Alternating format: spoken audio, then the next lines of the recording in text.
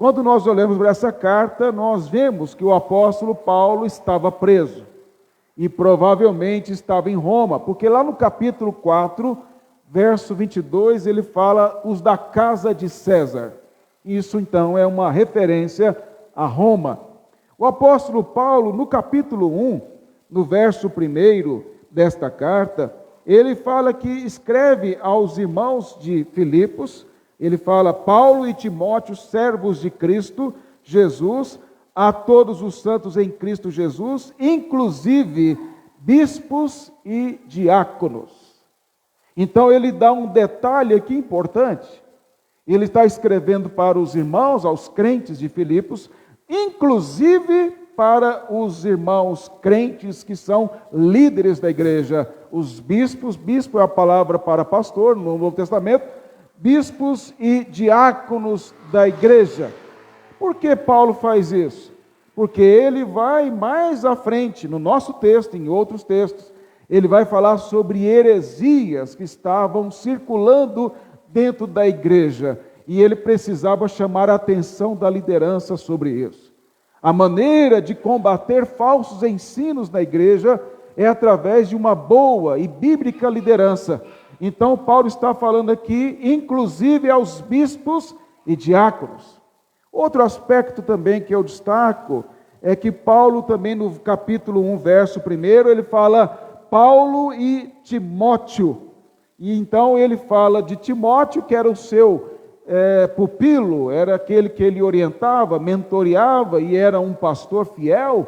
E ele diz mais à frente nesta carta, no capítulo 2, verso 19 a 23, ele fala que enviaria Timóteo para aquela igreja em Filipos, tanto para consolar aqueles irmãos que ficaram tristes quando Epafrodito esteve muito mal e quase morreu, e também por causa de Paulo que estava preso, como também ele enviaria Timóteo para instruir aquela igreja.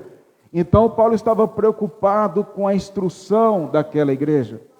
No capítulo 1, verso 18, Paulo fala que enquanto ele estava preso ali em Roma, alguns se levantaram pregando e entusiasmados, embora eles não estivessem distorcendo o conteúdo do evangelho. Então eles não eram hereges, eles pregavam pelas motivações erradas. E Paulo diz: eu não me importo com isso, desde que eles preguem o evangelho, é o que importa. Se eles fazem isso para competir comigo, para querer dizer que eles são os líderes da igreja, isso é um problema deles com o Senhor. O importante é que o conteúdo não foi corrompido. É mais ou menos isso que Paulo está dizendo. Mas no capítulo 1, verso 28, Paulo fala para esses irmãos lutarem pela fé evangélica. No capítulo 1, verso 29 a 30, ele fala para eles imitarem o combate que eles viram nele.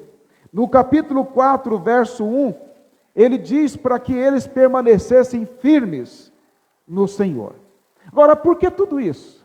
Porque ele dá esta ênfase na carta aos líderes, em enviar Timóteo, aos irmãos ficarem firmes, a não se abalarem, a combaterem pela fé, a estarem dispostos a sofrer pelo Evangelho. Porque havia naquela igreja pessoas que estavam distorcendo o Evangelho.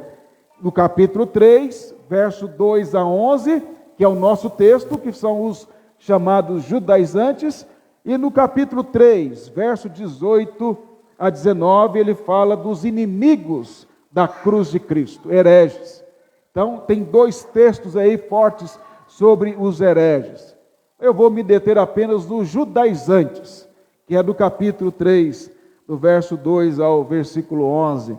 E aí, diante disso, eu quero falar hoje aos irmãos sobre a teologia que machuca as pessoas. Para que domingo que vem eu falo da teologia que cura as pessoas. Então vamos ver nesse texto uma teologia que machuca as pessoas. Uma teologia que escraviza as pessoas. Verso 2 diz, Paulo, capítulo 3, verso 2, Paulo diz: acautelai-vos dos cães, acautelai-vos dos maus obreiros, acautelai-vos da falsa circuncisão. Primeiro eu preciso esclarecer a você, e eu tenho quase a certeza de que você sabe, E o que significa teologia? Teologia são duas palavras gregas. Theo é Deus, logia é estudo. Então, de forma bem simples e resumida, teologia é o estudo sobre Deus.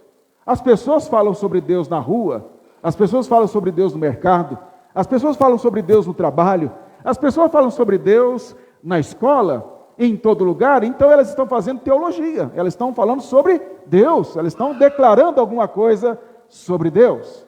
Todos aqueles pregadores que dizem que não gostam de teologia, eles estão fazendo teologia, eles estão falando de Deus, eles estão pregando sobre Deus. As músicas evangélicas fazem teologia, elas falam sobre Deus. Então a questão não é falar sobre Deus, a questão não é a teologia em si, mas a questão é que teologia é esta. Será verdadeira? Será que o que está sendo declarado sobre Deus é verdadeiro? Será o que tem sido conceituado é bíblico? O que tem sido ensinado em muitos púlpitos evangélicos é de fato aquilo que a Escritura ensina? Ou será que não? E quais são as consequências de uma falsa teologia? Um falso estudo sobre Deus? Uma falsa fala sobre Deus? Eu quero dizer a você que existem algumas consequências, mas antes eu gostaria que você pensasse como você pode entender e saber que o que está sendo falado sobre Deus é de fato verdadeiro. Primeira coisa que você precisa fazer é confirmar com a Escritura. Você precisa ver se o que está sendo pregado é de fato o que o texto está ensinando. Você também há uma outra maneira unida a esta primeira. O que você está ouvindo está tornando você mais parecido com Cristo? Há uma terceira maneira junto a essas três juntas. As pessoas que estão ouvindo e que são piedosas na igreja que você congrega, estão se tornando mais parecidas com Cristo por meio do que elas têm aprendido no ensino?